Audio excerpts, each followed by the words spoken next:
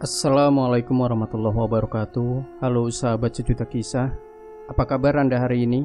Mudah-mudahan selalu sehat walafiat tak kurang suatu apa. Jumpa kembali bersama kami, channel yang setiap hari selalu menyuguhkan cerita-cerita misteri yang menarik untuk Anda simak. Dan kesempatan kali ini kami masih akan melanjutkan sebuah kisah misteri yang berjudul Dibilang pandai dia goblok, dibilang goblok dia pandai. Dialah si Tarjo, part 4. Setelah dirasa cukup peregangan tubuh, naga itu kini menatap Tarjo lekat-lekat, sambil terus masih mendengus-denguskan hidung yang kadang mengeluarkan semburan api. Tarjo mundur beberapa langkah untuk menghindari dari dengusan sang naga.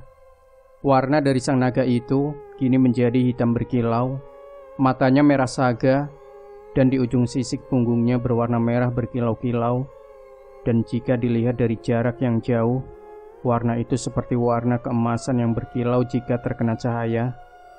Sosok naga itu mendekat ke arah Tarjo. Ada rasa ragu di benak hati Tarjo. Senjata pusakanya sudah disiapkan jika memang naga itu akan menyerangnya.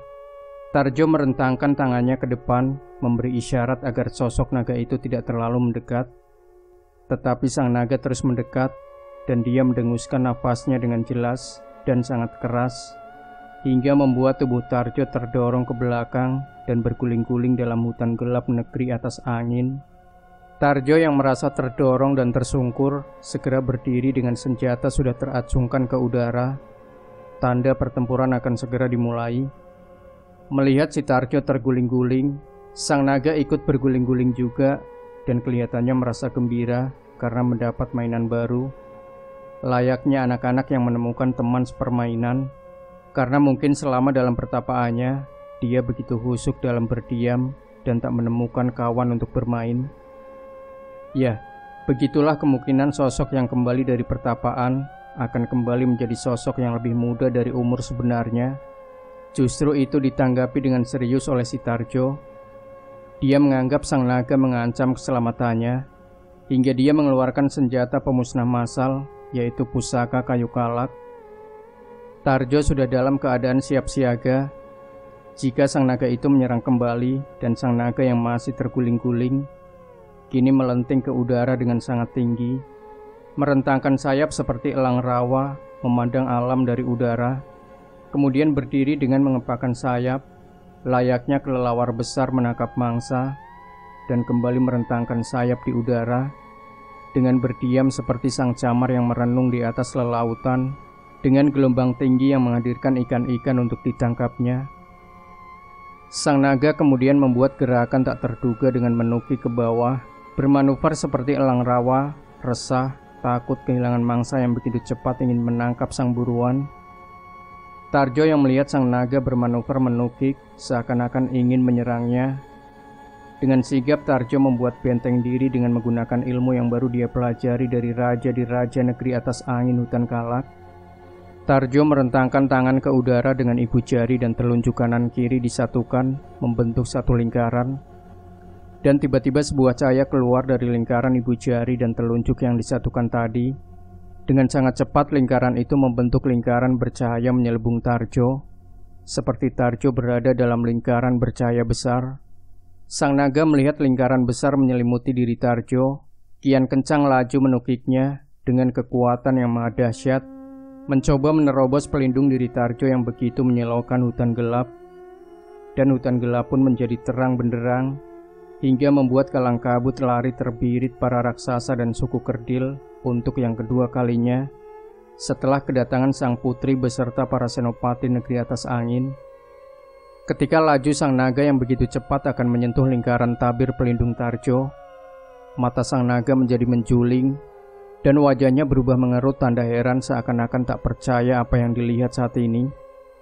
Lalu dengan menambah laju kecepatan menukiknya, sang naga mulai menyemburkan api dari hidung serta mulutnya dengan kekuatan besar ke arah bibir pelindung yang melindungi Tarjo. Semburan api langsung menyambar tabir Tarjo. Dengan dorongan laju terbang menukik, akan tetapi semburan api tak bisa menembus tabir si Tarjo. Sang naga merentangkan sayap seperti camar di atas permukaan laut, mengamati sekeliling tabir Tarjo untuk mencari sisi lemah dari tabir tersebut, lalu mengepang-epangkan sayap dengan berdiri di udara dan sesekali menyemburkan api ke arah keberadaan Tarjo. Tarjo masih terdiam dalam tabir pelindungnya, sedangkan sang naga terus berusaha membuka tabir tersebut. Akan tetapi yang anehnya, tampang sang naga sekarang menjadi seolah-olah menjadi tampang penasaran canda, bukan sebuah tampang kemarahan atau kemurkaan. Mimik raut sang naga semakin kelihatan lucunya, seperti seekor kucing atau anjing yang mengajak bermain tetapi ditinggal sembunyi atau dicuekin oleh sang majikan dalam sebuah ruang berkaca. Sang naga mulai mencakar-cakar di atas permukaan tabir pelindung Tarjo, sambil terus tetap terbang layaknya kelelawar besar menghampiri sarangnya, tetapi tak membuahkan hasil. Dan akhirnya sang naga menapakkan kaki di atas hutan gelap dan agak menjauh dari bibir Tarjo, lalu menghempaskan tubuhnya di tanah sembari tiduran menunggu si Tarjo membuka tabirnya. Ternyata si Tarjo salah paham kepada sang naga yang baru saja dia bangunkan dari tapanya. Sang naga hanya mengajak bercanda dan ditanggapi dengan serius oleh si Tarjo. Kemudian ada suara yang menebar halus dan mungkin hanya si Tarjo saja yang mendengarnya. Nama hamba naga langit hitam dari negeri atas angin hutan kalak, tunggangan raja di raja negeri atas angin. Maafkan atas kelakuan hamba tadi yang membuat pangeran merasa terancam hingga mengeluarkan ajian cakra padang bulan. Tarjo tertegun sejenak dan kemudian membuka cakra padang bulannya, lalu memberi salam dan tersenyum. Maaf sang naga hitam, aku tak tahu menau soal bercandamu tadi, kata Tarjo. Hamba juga meminta maaf atas kelancangan mengganggu kenyamanan pangeran, jawab sang naga dengan nada yang sangat halus, yang bertolak belakang dengan keangkeran bentuk tubuh dan wajahnya. Sekarang hamba siap mengantar pangeran kemana pangeran pergi dan menjaga keselamatan pangeran sampai nafas terakhir.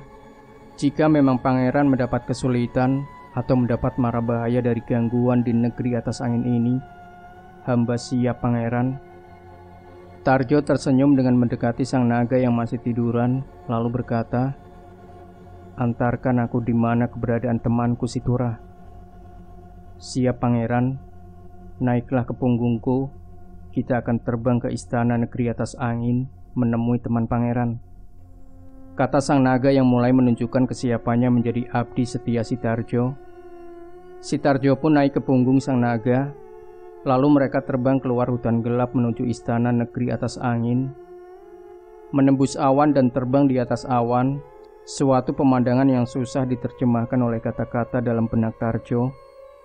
Pemandangan begitu indah hingga Tarjo selalu bergumam subhanallah berulang-ulang ketika matanya menangkap keindahan tiada tara. Gunung-gunung mengapung di udara, dan di antara gunung-gunung itu terdapat beberapa titik air terjun yang begitu indah sekali. Berkeliling pohon-pohon aneh yang tak ditemui di dunia nyata. Kalau kemarin-kemarin Tarjo menikmati pemandangan bersama Turah dalam sebuah kereta kencana yang dikusiri dua senopati cantik, Arimbi dan Arimbu, di mana kadang pandangan Tarjo terhalang oleh jendela maupun pintu kereta kencana. Kini mata Tarjo bebas leluasa mengamati indahnya alam tanpa halangan apapun. Kini tampak di depan sebuah pusaran awan membentuk lingkaran yang berpusar-pusar berujung di sebuah titik. Suara halus sang naga terdengar lagi setelah beberapa lama sang naga menunjukkan dan bercerita kepada si Tarjo tempat-tempat indah negeri atas angin. Kita akan memasuki pintu pusaran jalan menuju istana negeri atas angin, pangeran. Ketika sang naga menghentikan bicaranya, Tarjo dan sang naga sudah berada di suatu dimensi lain, seperti suatu pusaran yang menuju satu titik, dan tak seberapa lama mereka keluar dari dimensi itu. Kini sudah berada di suatu pemandangan pegunungan yang sangat amat indah sekali, dan mulai tampak di kejauhan sebuah bangunan istana megah dikelilingi tembok besar yang sangat panjang.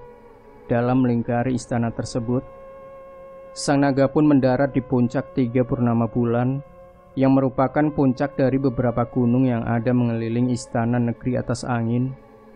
Puncak 3 purnama bulan adalah salah satu puncak gunung yang memiliki 3 penampakan bulan purnama yang muncul bersamaan, dan hanya pada bulan purnama saja. Juga merupakan puncak tertinggi dari semua gunung yang mengelilingi istana negeri atas angin hutan Kalak. Puncak 3 purnama bulan adalah singgasana atau rumah dari sang naga langit hitam.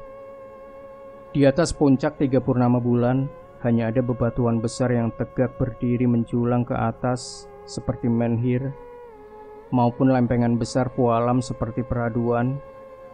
Selebihnya hanya tanah berwarna merah keperakan yang kadang berkilau jika kena sinaran cahaya. Tarjo turun dari punggung sang naga, melihat sekeliling dengan jalan-jalan, mengamati dan menikmati keindahan dari atas puncak 3 purnama bulan, menatap jauh ke arah istana. Ini bertepatan dengan bulan purnama, di mana akan ada penampakan 3 bulan purnama sekaligus di atas puncak sebentar lagi. Lalu sang naga melompat ke atas bebatuan besar dan paling tinggi, menunggu datangnya bulan purnama. Dia merentangkan sayap lebarnya, berdiri dengan tegak, kemudian melolong dengan keras seperti mengabarkan dia telah datang, dia telah bangun, dia telah berada di singgasananya kembali. Lolongan itu terdengar sampai tebing istana barat, di mana tebing istana barat merupakan tempat peraduan atau kandang-kandang dari semua para naga tunggangan Senopati dan Pangeran Negeri Atas Angin, kecuali tunggangan sang putri Mirima atau lebih dikenal dengan Putri Kemuning Madusari. Lolongan itu akhirnya bersautan dari tebing istana barat hingga suara terdengar dari dalam istana, dan seisi istana pun keluar melihat ke arah puncak 3 purnama bulan untuk menyaksikan keberadaan sang naga langit hitam mengumandangkan lolongan panjangnya. Mereka pun bersiap menyambutnya pergi ke puncak 3 purnama bulan untuk mengetahui pesan apa yang dibawa sang naga hitam yang sudah lama sekali tak muncul di atas puncak singgasananya, yaitu puncak 3 purnama bulan. Tarjo berada di tengah-tengah lempengan pualam luas itu, kemudian melakukan sholat sunnah gaib atas semua yang dia lihat selama berada di negeri atas angin, agar tak tersesatkan oleh keindahan dan kemudahan-kemudahan serta keselamatan dirinya maupun sang teman si Turah. Setelah sholat, Tarjo berzikir terus-menerus di tengah-tengah pualam nan luas itu, dan sang naga menjaganya dari atas batu menhir besar singgasananya. Tak berselang lama para naga besar datang ke puncak 3 purnama bulan bersama majikan masing-masing, yaitu para senopati, pangeran, dan tak ketinggalan sang putri Mirima. Mereka ingin mengetahui pesan apa yang dibawa naga keramat langit hitam atas kemunculannya yang secara tiba-tiba, yang mana sudah hampir puluhan tahun tak muncul di atas puncak 3 purnama bulan. Sang putri turun dari naganya memberi hormat kepada sang naga keramat langit hitam. Sementara sang naga masih saja tetap diam di atas batu besar itu, putri pun mengamati sekeliling dari puncak 3 purnama, dan mata menangkap sosok di kejauhan di atas batu pualam, duduk bersila tepat di tengah-tengahnya. Ketika sang putri ingin masuk untuk mendekati dari sosok yang duduk bersila di tengah pualam tersebut, sang naga keramat menyemburkan api ke arah sang putri Mirima, tanda bahwa sang naga melarang sang putri untuk mendekati sosok yang khusyuk duduk bersila di tengah-tengah pualam tersebut. Dan itu memancing amarah naga-naga muda tunggangan para senopati, pangeran, bahkan naga sang putri sendiri. Mereka langsung bereaksi terbang bersama mengitari sang naga keramat, menantang bertarung. Sang naga hitam masih tetap diam dan tenang ketika teror dari naga tunggang mengelilinginya dan berputar-putar terbang di sekelilingnya. Ada sekitar 10 naga besar yang terpancing amarahnya ketika sang naga keramat menyemburkan api ke sang putri. Dan dengan gerakan tiba-tiba, salah satu dari sang naga maju menyerang sang naga keramat hitam dari arah belakang menggunakan kuku tajamnya untuk mencengkram kepala belakang dari sang naga keramat hitam. Sang naga hitam pun tahu datangnya serangan. Seketika dia memalingkan mukanya dan langsung menyemburkan api yang maha dahsyat kepada sang penyerang. Sang penyerang pun berbekti keras menyelamatkan kakinya dari semburan sang naga keramat hitam tersebut. Kini pertempuran udara pun dimulai 1 dikeroyok 10, dan itu tak menyiutkan nyali dari sang naga hitam, karena dia sudah bertahun-tahun malang melintang mengikuti pertempuran yang maha hebat semasa sebelum dia bertapa. Sang putri, pangeran, dan para senopati hanya bisa melihat tanpa bisa menghentikan pertempuran sengit dari naga-naga mereka melawan satu sosok naga hitam. Itulah naga-naga tunggangan, baik milik sang putri, para pangeran maupun senopati, atau siapa saja yang memiliki tunggangan sang naga, selalu setia kepada para majikannya. Hanya naga-naga yang satu kandang akan menghormati naga-naga yang lebih perkasa. Semisal naga sang putri Mirima akan sangat ditakuti oleh naga-naga senopati atau naga-naga lain yang mempunyai kedudukan yang lebih rendah. Tetap ada kasta-kasta pembeda antara tunggangan raja sang putri, pangeran, maupun golongan di bawahnya. Mereka tak akan berani kepada kasta di atasnya, apalagi dalam sebuah pertempuran. Maka pemberi perintah adalah naga yang berkasta tinggi. Di langit puncak purnama 3 bulan masih terjadi pertarungan sengit antara naga keramat langit hitam melawan 10 naga pengeroyok, termasuk naga sang putri Mirima yang terkenal kesaktian dan keangkerannya. Mereka bertarung laksana pertempuran udara jet-jet tempur pasukan udara yang super canggih. Akan tetapi, kecepatan naga keramat langit hitam susah ditandingi. Dia bisa menandingi 10 pengeroyoknya tanpa sedikit pun keteteran. Sang naga keramat langit hitam sengaja tak ingin melukai atau membunuhnya, karena dia tahu bahwa pengeroyok bukanlah musuh sesungguhnya, tetapi tidak sebaliknya. Karena tak ingin berlama-lama dalam pertikaian sang naga hitam dengan gerakan yang begitu cepat, dia langsung melumpuhkan satu persatu sang pengeroyok dengan sekali tusukan ekornya yang mengarah ke tengkuk masing-masing naga pengeroyok, hingga membuat mereka terpelanting jatuh dan kaku tak bisa terbang lagi melanjutkan pertempuran. Dan satu persatu naga-naga pengeroyok berjatuhan di atas tanah kemerahan karena pantulan sinar bulan 3 purnama. Kini hanya tinggal naga sang putri Kemuning Madusari atau Mirima yang masih bertahan, karena memang naga ini merupakan naga terkuat di antara naga-naga yang hidup di lingkungan istana negeri atas angin. Di atas langit puncak 3 purnama bulan semakin bergemuruh dengan pertarungan 2 naga sakti tersebut, dan itu membuat kehusukan Tarjo dalam berzikir terusik dan memandang ke arah sumber dari suara yang ada di atasnya. Tarjo bangkit dari duduknya, lalu memandang keluar batas batu-batu besar atau menhir yang mengelilingi pualam di mana dia berdiri. Tampak beberapa orang berdiri memandang ke arah atas langit puncak 3 purnama bulan. Siapa mereka tak dikenali sama sekali oleh Tarjo. Kemudian Tarjo mengeluarkan pusakanya, diacungkan ke atas memberi perintah kepada sang naga keramat langit hitam untuk berhenti bertarung di atas langit puncak 3 purnama bulan. Melihat sang majikannya memberi perintah, maka sang naga pun berusaha mengakhiri perlawanan dari naga sang putri dengan secepat mungkin. Tiba-tiba sang naga keramat langit hitam membuat gerakan yang tak diduga sama sekali oleh sang naga putri Kemuning Madusari yang berjuluk Naga Laut 7. Sang naga keramat langit hitam menjatuhkan diri seolah-olah terdorong oleh laju perlawanan sang naga Laut 7. Dan ketika naga Laut 7 merasa di atas angin, langsung melesat mengejar untuk memusnahkan atau mengakhiri pertarungan. Akan tetapi itu sebuah tipuan gerakan yang dilakukan oleh naga keramat langit hitam. Dalam keadaan terjatuh yang begitu deras menuju daratan, sang naga keramat tiba-tiba matanya menyala merah dan mengeluarkan cahaya putih berkilau, seperti sinar mengarah langsung ke jantung naga Laut 7. Maka seketika sang naga Laut 7 kaget dengan datangnya sinar putih yang mengarah kepadanya, dan itu sudah tidak mungkin untuk dihindari. Maka tersengatlah jantung dari sang naga Laut 7 dan langsung ambruk tak berdaya melaju deras ke daratan. Untung sang naga keramat langit hitam membuat gerakan mengambang di udara, dan mencengkram tubuh dari sang naga laut 7 agar tak terjerembab di daratan tanah merah di sisi Pualam di mana si Tarjo berdiri.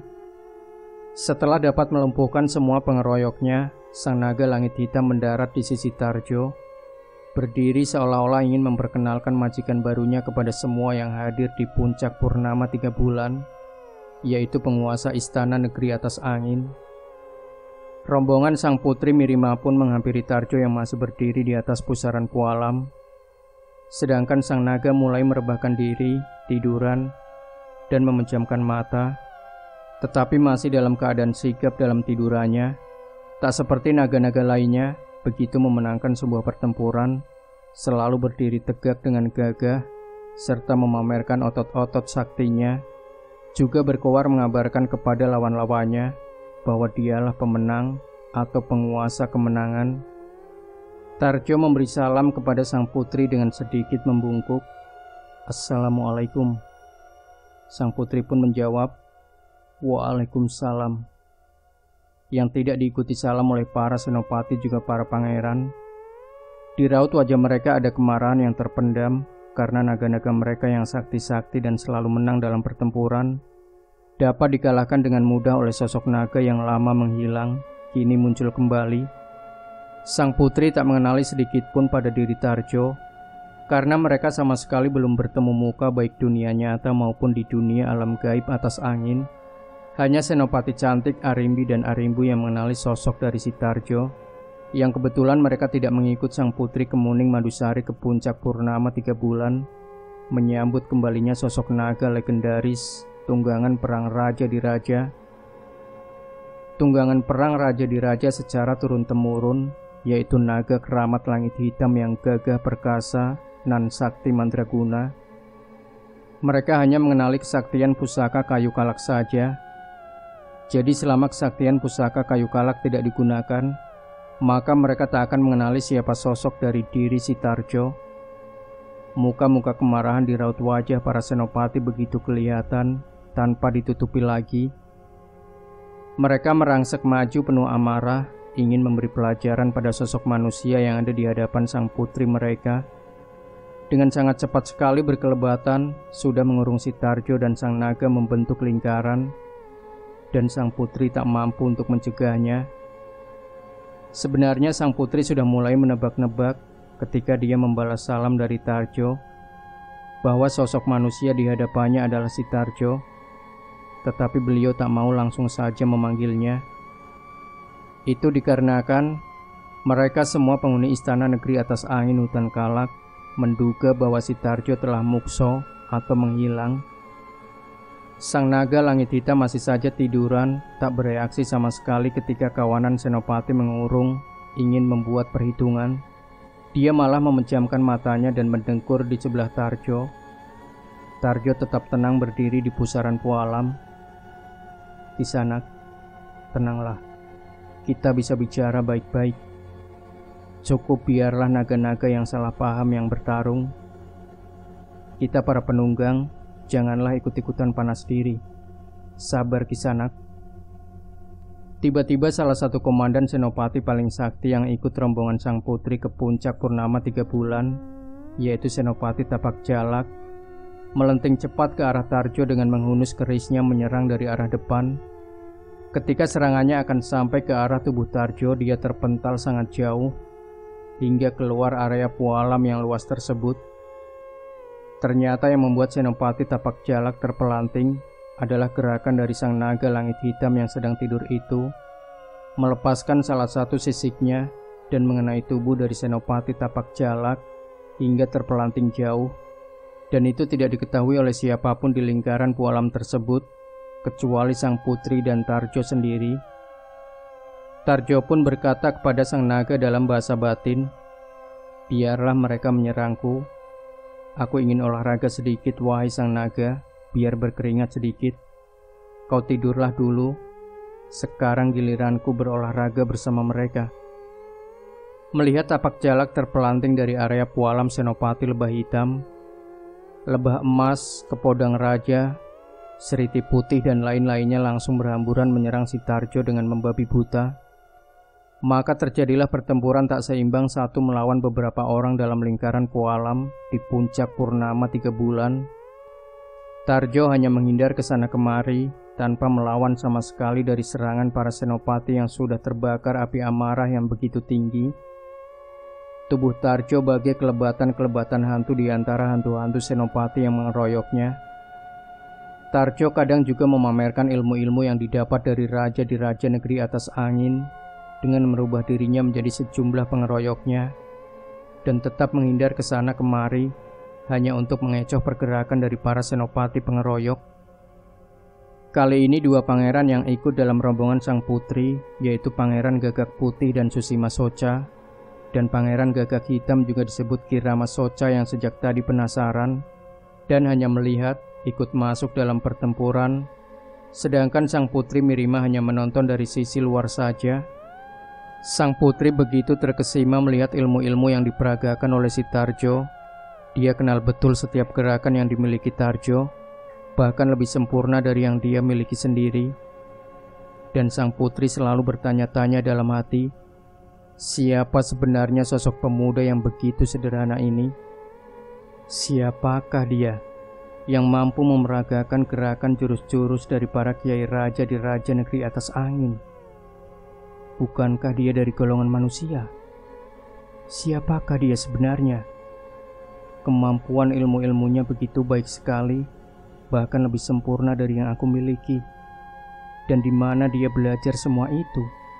Apakah para raja di raja mewariskannya, atau dia memang memiliki ilmu-ilmu itu sebagai bawaan ketika dia dilahirkan ke dunia?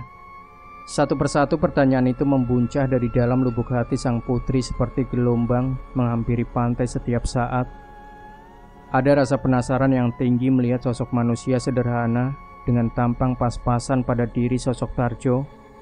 Dalam hitungan waktu ke depan, pertarungan kian sengit dengan masuknya 2 pangeran dalam arena Pualam yang menjadi ajang pertempuran. Gerakan-gerakan Tarjo kini mulai berubah. Dia mulai menggunakan jurus-jurus pukulan untuk melumpuhkan, tetapi tidak membahayakan lawan, malah membuat semakin penasaran hingga para senopati mengeluarkan ilmu-ilmu tingkat tingginya, dan itu yang diinginkan Tarjo untuk mengukur kemampuan yang dia miliki. Sang Pangeran Gagak Hitam atau Susima Soca mulai gregetan melihat semua serangannya ke Tarjo tak berarti apa-apa.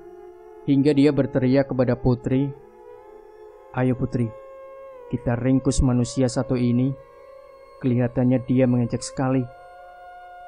Sang putri hanya tersenyum saja melihat Pangeran Susima mulai kedodoran. "Aku malu pangeran, melihat pertarungan yang tak seimbang ini. Biar saja aku menjadi penonton di sini."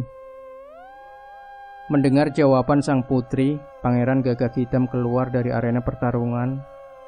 Lalu dengan rasa jengkel yang besar, dia memusatkan pikiran dengan menyatukan 2 ibu jarinya di jidat untuk memanggil bantuan dari para panglima yang paling dekat dengan pemusatan pikiran pemanggilan. Tak seberapa lama beberapa panglima datang. Mereka adalah panglima perang bertubuh kuda, bertangan dan berwajah manusia. Di tubuhnya itu terdapat 2 sayap kokoh untuk terbang. Di 2 tangannya memegang cambuk dan gada berduri besi. Ketika tiba cambuknya dilecutkan memercikan api yang bercahaya seperti kilat, sedangkan gadanya jika diputar-putar akan mengakibatkan puting beliung maha dahsyat. Dia adalah panglima perang Durgo Serindit Hitam dan Durgo Serindit Merah, sosok panglima sisi timur istana negeri atas angin yang berdekatan atau berhadapan langsung dengan puncak purnama 3 bulan. Mereka langsung masuk dalam pusaran pertarungan di Pualam yang menjadi arena laga. Teriakan-teriakan kian gencar disuarakan oleh para senopati dan panglima, sedangkan si Tarjo dengan tenangnya melayani mereka semua. Apalagi sang naga keramat langit hitam yang masih terus memejamkan mata. Akan tetapi ekornya kadang usil digerakkan untuk mencegah lawan. "Bentuk formasi kabut berpusar 10," teriak Durgo Serindit Hitam yang baru masuk arena laga sudah merasakan kehebatan tarung si Tarjo. Seketika mereka membentuk formasi kabut berpusar 10. Tubuh-tubuh mereka semua berputar-putar menjadi gulungan awan putih yang berputar menjadi 10 dan mengurung Tarjo dalam lingkaran kabut-kabut tersebut, hingga pandangan Tarjo menjadi kabur tak bisa melihat arah datangnya serangan. Di luar arena laga, sang putri Mirima hanya senyum-senyum sendiri melihat tingkah laku para pangeran, senopati dan panglimanya. Dia geli sendiri, masa untuk mengalahkan sosok manusia, mereka harus mengeroyok beramai-ramai, hingga terus mengumandangkan panggilan bala bantuan yang terus dilakukan oleh Pangeran Susima Soca jika gerakannya terdesak oleh Tarjo. Sementara itu di dalam lingkungan istana, si Tura sudah menjelma menjadi penghuni kerajaan negeri atas angin, sudah mengganti pakaiannya selayak mereka para bangsawan keistanaan. Tura sudah bukan Tura yang waktu datang pertama kali ke istana negeri dalam keadaan pingsan dalam kereta kencana yang dikusiri dua senopati cantik, Arimbi dan Arimbu. Tura sudah tak ingat lagi akan keberadaan si Tarjo. Dia menganggap si Tarjo sudah mati ditelan kegelapan hutan gelap, sedangkan dua senopati Arimbi dan Arimbu menjalani hukuman karena lalai dalam menjalankan tugasnya sewaktu menjaga si Tarjo. Hukuman yang dijalani Arimbu dan Arimbi adalah mendidik atau menempa si Tura agar menjadi sosok yang sakti mandraguna, agar kelak sewaktu ada suatu pertempuran dengan bangsa lain, si Tura sudah menjadi panglima perang jika memang dibutuhkan, karena memang intelijen sosok manusia lebih berbakat dari bangsa mereka sendiri. Dengan tangan dingin Arimbi Arimbu dibantu oleh Cundo Colok, Kiai Jalak Hitam serta Kiai Jalak Putih, mereka mendidik si Tura menjadi sosok pribadi yang tangguh. Setiap hari kerjaan Tura berlatih menempa diri di bawah bimbingan kelima orang hebat yang ada di istana negeri atas angin. Dia sudah menggunakan mahkota bangsawan negeri atas angin, berpakaian layaknya panglima pilih tanding. Otot-otot di tubuhnya kian tampak, hingga geraham raut wajahnya tampak lebih berisi dan sangar. Jenggotnya melingkari dagu. Sorot matanya yang dulu sangat kuyu, kini menjadi tajam bak mata elang. Kumis tipis menghiasi di bawah hidungnya, dan nampak lebih jantan lagi. Banyak putri-putri anak bangsawan menaruh hati kepada si Tura. Kini Tura pun mendapat gelar atau panggilan yang langsung diberikan oleh sang putri Kemuning Madusari atau Putri Mirima dengan sebutan Lelanang Jagat Negeri Atas Angin, atau juga dipanggil Ruh Lelanang Wani, atau lebih panjangnya Panglima Ruh Lelanang Wani. Tura pun memiliki piaraan seekor burung mata kucing berwarna putih yang didapat dari seberang istana negeri atas angin, tepatnya bernama Lembah Dewi Mata Seribu. Di lembah itu Tura mengenal sosok penguasa daerah tersebut dan bisa menaklukkan salah satu piaraannya yang bernama Jendi Mata Seribu, yaitu sosok burung mata kucing atau sejenis burung hantu, atau juga bisa disebut celepuk besar berbulu putih dan berkaki putih, memiliki mata biru sebiru samudra dengan paruh kokoh berwarna hitam. Keistimewaan dari burung ini adalah mampu melihat ribuan kilometer, dan dalam keadaan bertarung, dia bisa menggandakan dirinya menjadi 1000 burung yang sama persis, juga bisa merubah dirinya menjadi tunggangan layaknya burung raksasa. Tura sudah sangat percaya diri berada di negeri atas angin. Dia sudah lupa dari mana dia berasal. Semua sudah terpenuhi, bahkan dia kini semakin sakti saja. Tak terpikir di benaknya untuk kembali ke dunia nyata. Dia sebagai sosok manusia biasa yang hanya numpang di belas kasihan sang teman.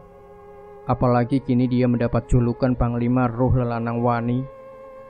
Gelar itu didapat setelah dia bisa mengalahkan beberapa senopati sekaligus dalam laga pemilihan Panglima baru.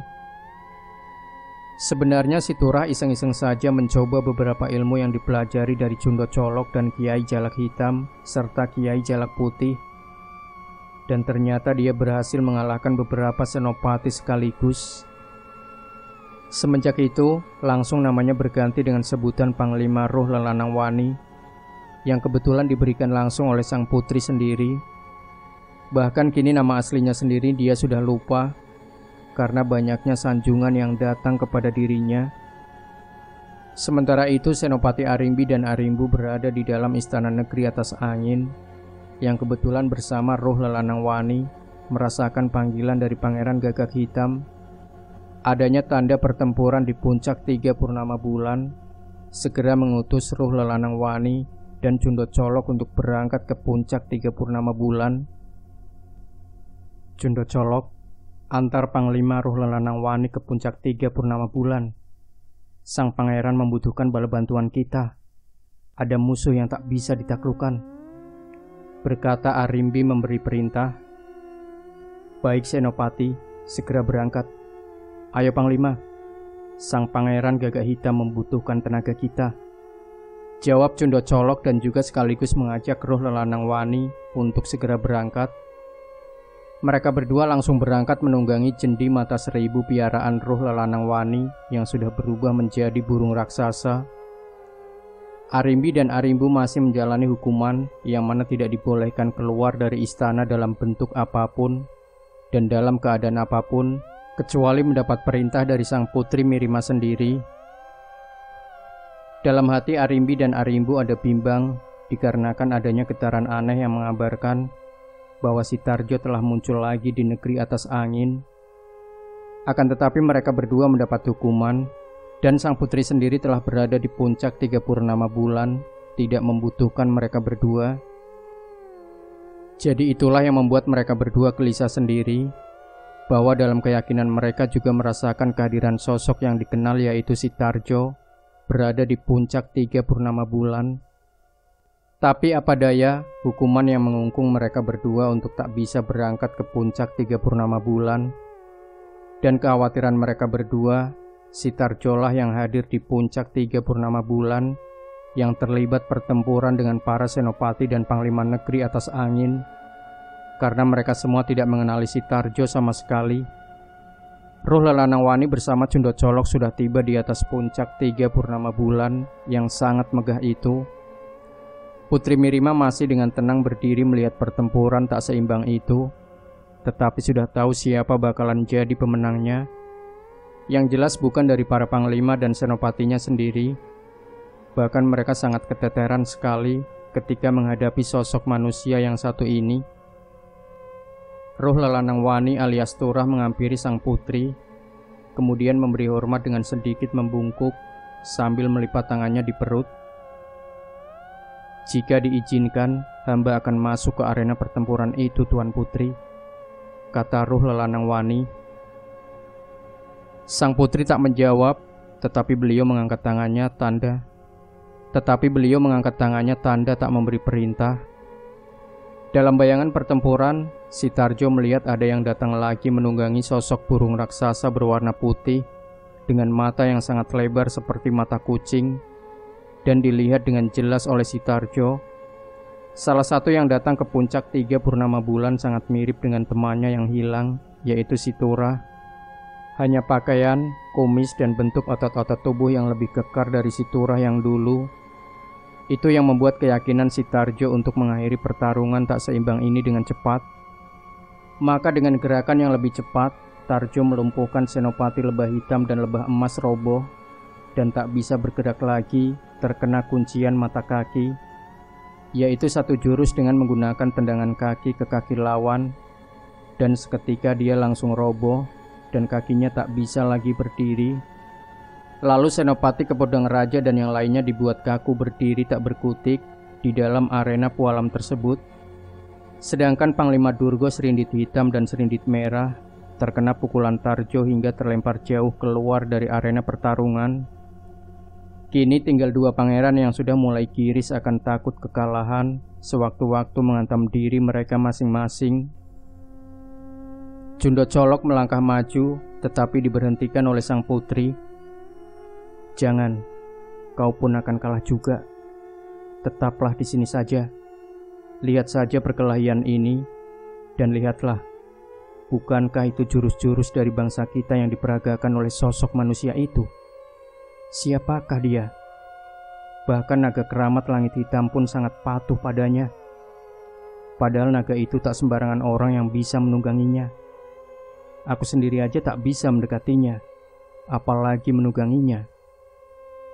Baik Tuan Putri, Naga keramat langit hitam adalah naga terkuat di antara para naga yang hidup di negeri atas angin.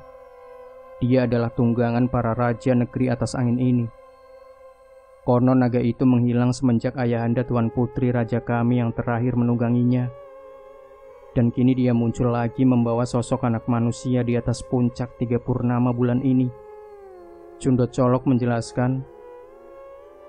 Betul sekali Paman Cundot Colok. Semenjak ayahanda pergi bertapa dan tidak bertahta lagi, naga itu juga menghilang. Aku pikir kedatangan atau kemunculannya di atas puncak 3 purnama bulan ini mengabarkan akan kehadiran ayahandaku sang raja negeri atas angin. Tetapi ternyata bukan. Dan dia yang datang sosok pemuda sederhana, tetapi memiliki ilmu yang sama persis dengan ayahanda.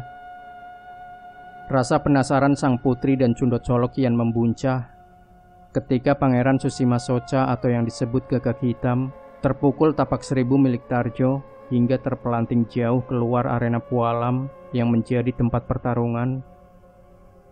Tarjo hanya sekedar melumpuhkan dengan tapak 1000 menggunakan 1/4 dari tenaga cakranya, karena Pangeran Susima Soca lah yang ingin bersungguh-sungguh menghabisi si Tarjo. Sebenarnya 1/4 tenaga cakra dari si Tarjo hanya melumpuhkan saja. Akan tetapi ketika Tarjo menghantam Pangeran Susima, sang naga melepaskan sisik ekornya ke tubuh Tarjo hingga menjadi dorongan yang luar biasa yang keluar dari tenaga cakra milik Tarjo, menjadikan tenaga cakra yang seharusnya dikeluarkan Tarjo untuk melumpuhkan Pangeran Susima hanya 1/4 menjadi penuh. Dan bisa dilihat hasilnya, Pangeran Susima terpental sangat jauh beberapa puluh langkah dari arena pertempuran, sedangkan Pangeran Kirama Soca hanya tak berkutik di tengah pualam ketika satu sabetan jemari Tarjo mendarat di bahu kirinya. Sang putri beserta ruh lelanang wani menghampiri Tarjo. Tarjo memberi hormat dan disambut hormat pula oleh sang putri. Siapakah Kisanak yang datang ke negeri kami di puncak 3 purnama bulan ini? Tanya sang putri. Hamba hanya orang biasa yang datang tak diundang ke negeri Tuan Putri bersama seorang teman. Akan tetapi di tengah perjalanan, hamba kehilangan teman hamba, dan hamba mencarinya ke sini atas petunjuk dari tunggangan hamba sang naga hitam yang tidur di belakang hamba ini, kata Tarjo. Siapakah namamu? Dan bagaimana kau bisa mengatakan bahwa naga yang tidur itu sebagai tungganganmu? Tanya sang putri lagi. Nama hamba tidaklah penting Tuan Putri. Yang terpenting adalah hamba mencari teman hamba yang berada di negeri ini. Kalau dia mati, hamba harus bisa membawa jasadnya dan dikebumikan di dunia hamba. Kalaupun dia masih bernafas, apapun keadaannya, hamba harus bisa membawanya pulang, walaupun harus mencari ke pelosok negeri ini. Meski harus dengan bertarung untuk bisa membawanya keluar dari sini, jawab Tarjo.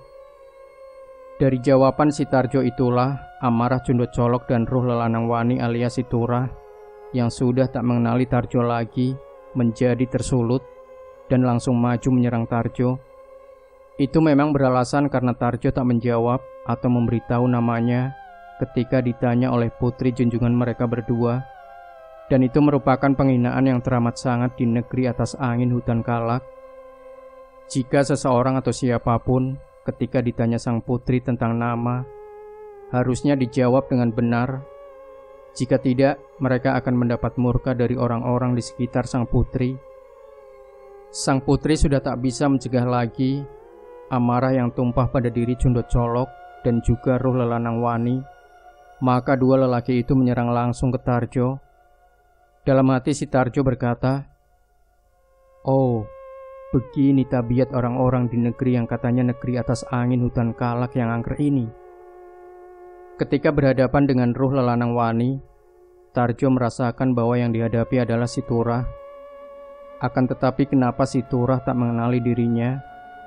Rasa itu kemudian disimpan saja dan terus meladeni dua orang yang sudah terbakar amarah yang begitu mendalam. Dalam benak Tarjo merasa kagum dengan kepandaian dari jurus-jurus yang dikeluarkan si Turah.